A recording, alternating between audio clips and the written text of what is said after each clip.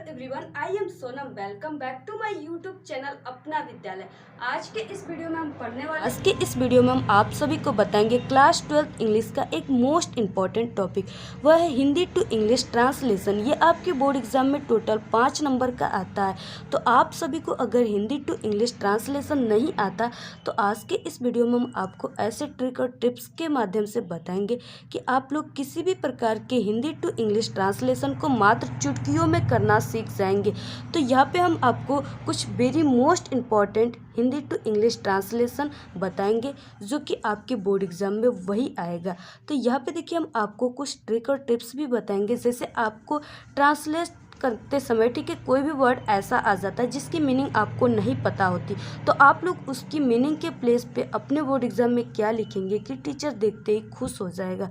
तो यहाँ पे हम आपको वो भी ट्रिक और टिप्स बताने वाले।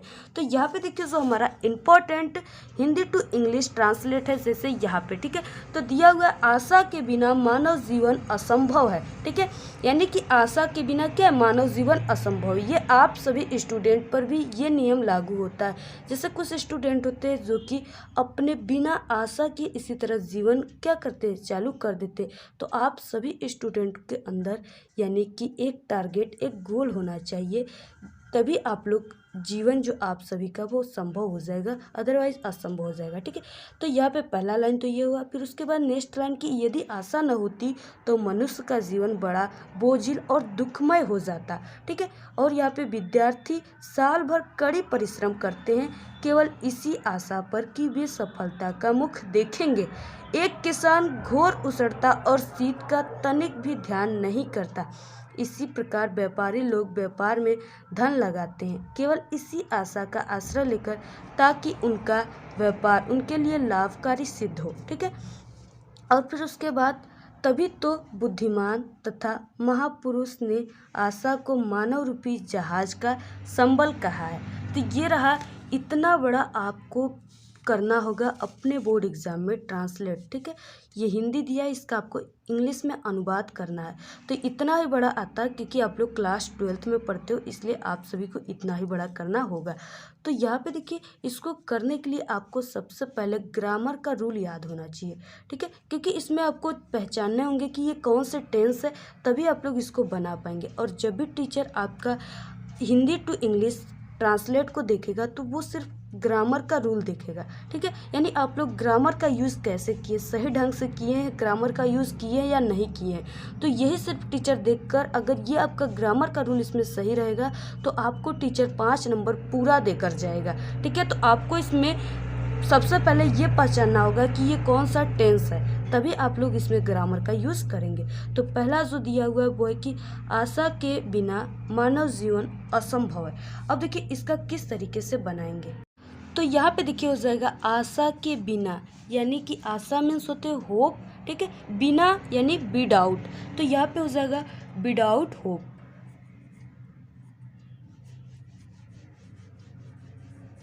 Without hope. ठीक है, फिर उसके बाद यहाँ पे हम कामा लगाएंगे। अब इसके बाद हम देखिए मानव जीवन असंभव है, इसका बनाएंगे। तो ये कौन सा टेंस है, प्रेजेंट टेंस है, यानी कि यहाँ पे है लगा है तो इसमें इज का यूज करेंगे हम। ठीक है, तो यहाँ पे हो जाएगा ह्यूमन लाइफ इज इम्पॉसिबल।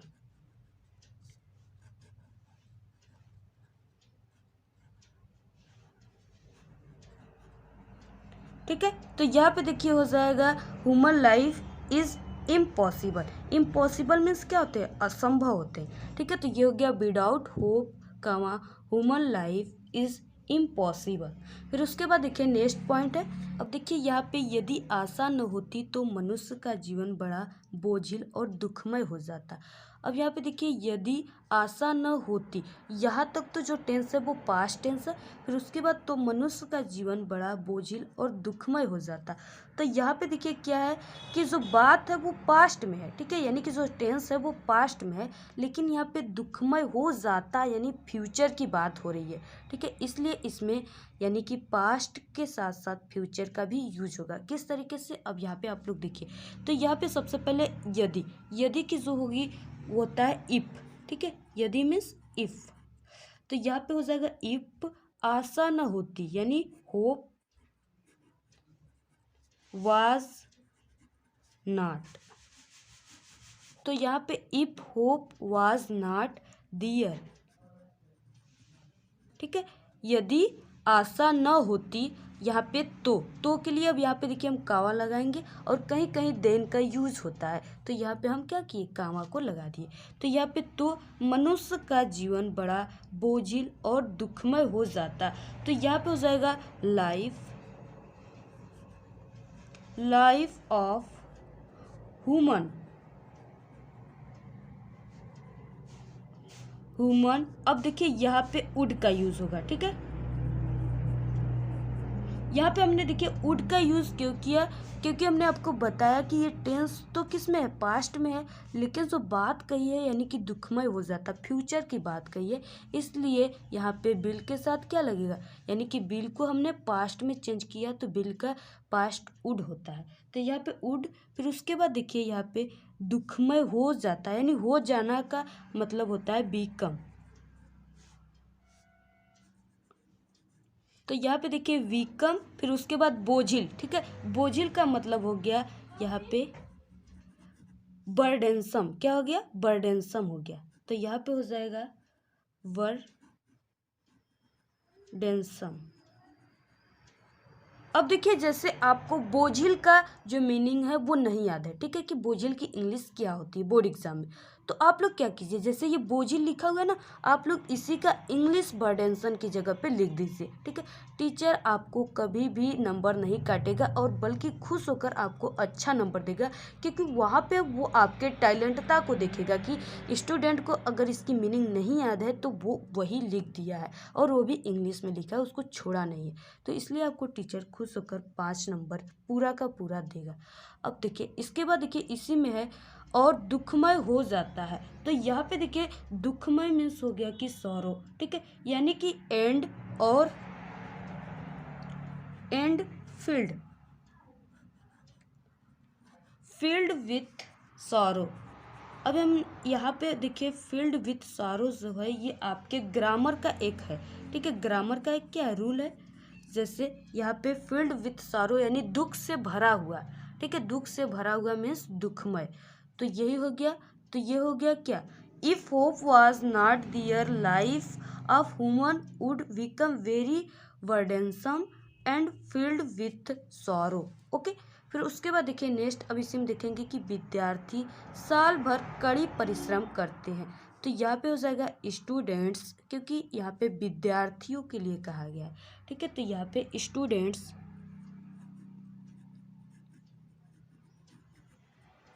यहाँ पे देखिए विद्यार्थी साल भर कड़ी परिश्रम करते हैं, ठीक है, तो यहाँ पे हो जाएगा कड़ी परिश्रम का जो होता है हार्ड वर्क होता है, क्या होता है, हार्ड वर्क, कठिन परिश्रम या कड़ी परिश्रम। तो यहाँ पे स्टूडेंट्स वर्क हार्ड,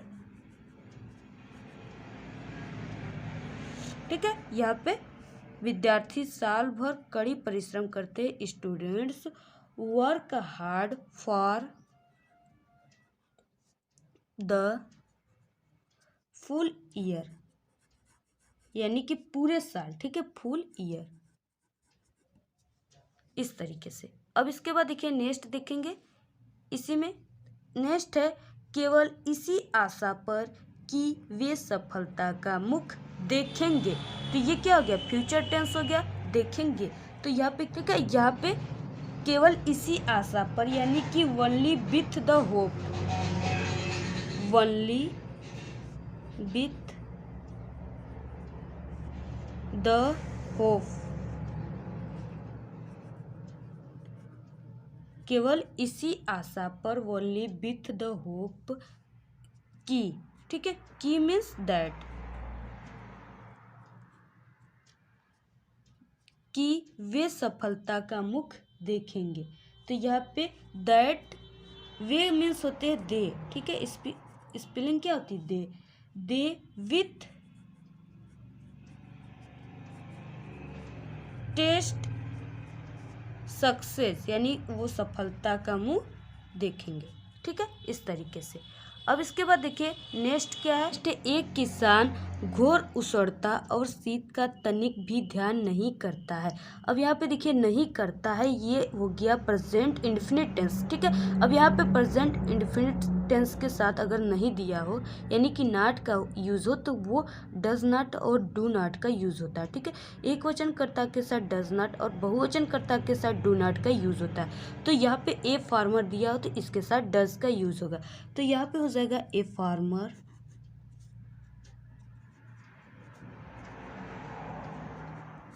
ये farmer does not,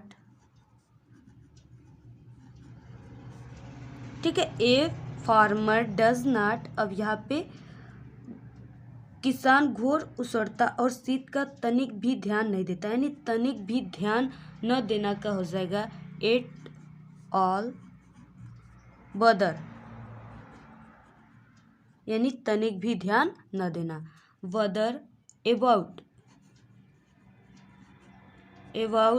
heat and cold, heat and cold, इसका मतलब क्या हो गया कि उसड़ता और शीत, ठीक है, हीट एंड कोल्ड। अब इसके बाद देखिए नेक्स्ट है इसी प्रकार, ठीक है। इसी प्रकार व्यापारी लोग व्यापार में धन लगाते हैं, तो इसी प्रकार का जो अर्थ हो गया वो सिमिलरली हो गया, ठीक है। क्या हो जाएगा, सिमिलरली, तो यहाँ पे हो जाएगा सिमिलरली।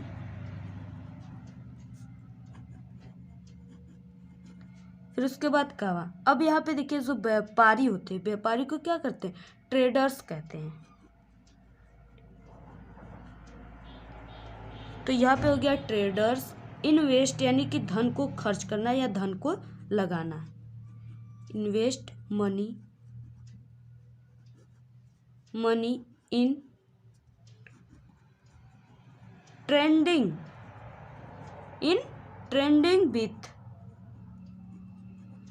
यानी कि क्या करते हैं, इसी प्रकार व्यापारी लोग व्यापार में धन को क्या करते हैं, लगाते हैं, ठीक है। ट्रेंडिंग विथ यानी धन को व्यापार में लगाते हैं। अब इसके बाद देखिए, इसके बाद नेक्स्ट है कि केवल इसी आशा का आश्रय लेकर ताकि उनका व्यापार उनके लिए लाभकारी सिद्ध हो, ठीक है। केवल इसी आशा का आश्रय लेकर, तो हो जाएगा the hope that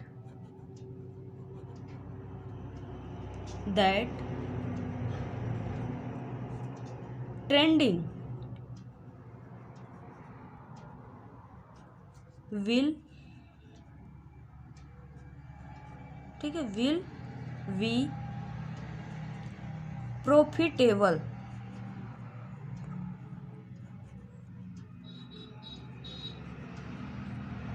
profitable for them, यानी केवल इसी आशा का आश्रय लेकर, ठीक है, केवल इसी आशा का आश्रय लेकर ताकि उनका व्यापार उनके लिए क्या हो, प्रॉफिटेबल यानी लाभकारी सिद्ध हो, ठीक है। फिर उसके बाद देखिए नेक्स्ट है इसी में, वो है कि तभी तो बुद्धिमान तथा महापुरुषों ने आशा को मानव रूपी जहाज का संबल कहा है, ठीक है। तो यहाँ पे देखिए तभी तो का जो मतलब हो जाएगा स्पेलिंग वो होता है that is why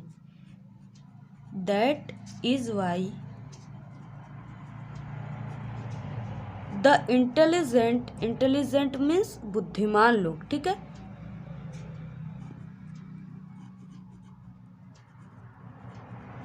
the intelligent and यानी कि बुद्धिमान लोग और तथा महापुरुष, ठीक है। तो महापुरुष को यहाँ पे great man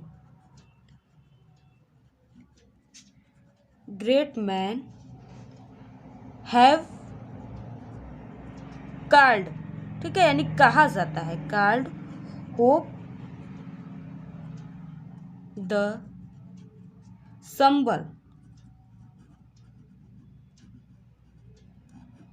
symbol of man's ship, यानी कि मानव रूपी जहाज, मैन शिप, ठीक है। फिर उसके बाद on his journey through life, ठीक है। तो यहाँ पे देखिए इस तरीके से हो गया कि तभी तो बुद्धिमान तथा महापुरुष ने आशा को मानव रूपी जहाज का एक क्या कहा, संबल कहा। तो ये हो गए हमारे कुछ most important Hindi to English translation. इसी तरह आप लोग अपने बोर्ड एग्जाम में करेंगे तो आपको 5 नंबर पूरा टोटल मिलेगा, ठीक है। और भी इम्पॉर्टेंट टॉपिक इंग्लिश की चाहिए तो कमेंट करके ज़रूर बताइए। और आप लोग इस वीडियो को ज़्यादा से ज़्यादा अपने फ्रेंड में शेयर कीजिए।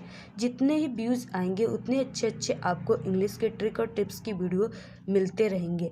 और आपको अगर इंग्लिश पढ़ने लिखना नहीं आता और आप लोग अपने बोर्ड एग्जाम में पास होना चाहते तो इस तरह के ट्रिक भी हमारे चैनल पे अपलोड है। इंग्लिश में पास होने की ट्रिक आप लोग वहां से जाकर देख सकते हैं। ओके, आज के इस वीडियो में इतना ही। आपको वीडियो कैसा लगा? अगर वीडियो पसंद आए तो एक बड़ा सा लाइक कर दीजिएगा। चैनल पे नए तो चैनल को सब्सक्राइब करके बेल आइकन को प्रेस कर दें। Thank you so much, bye bye.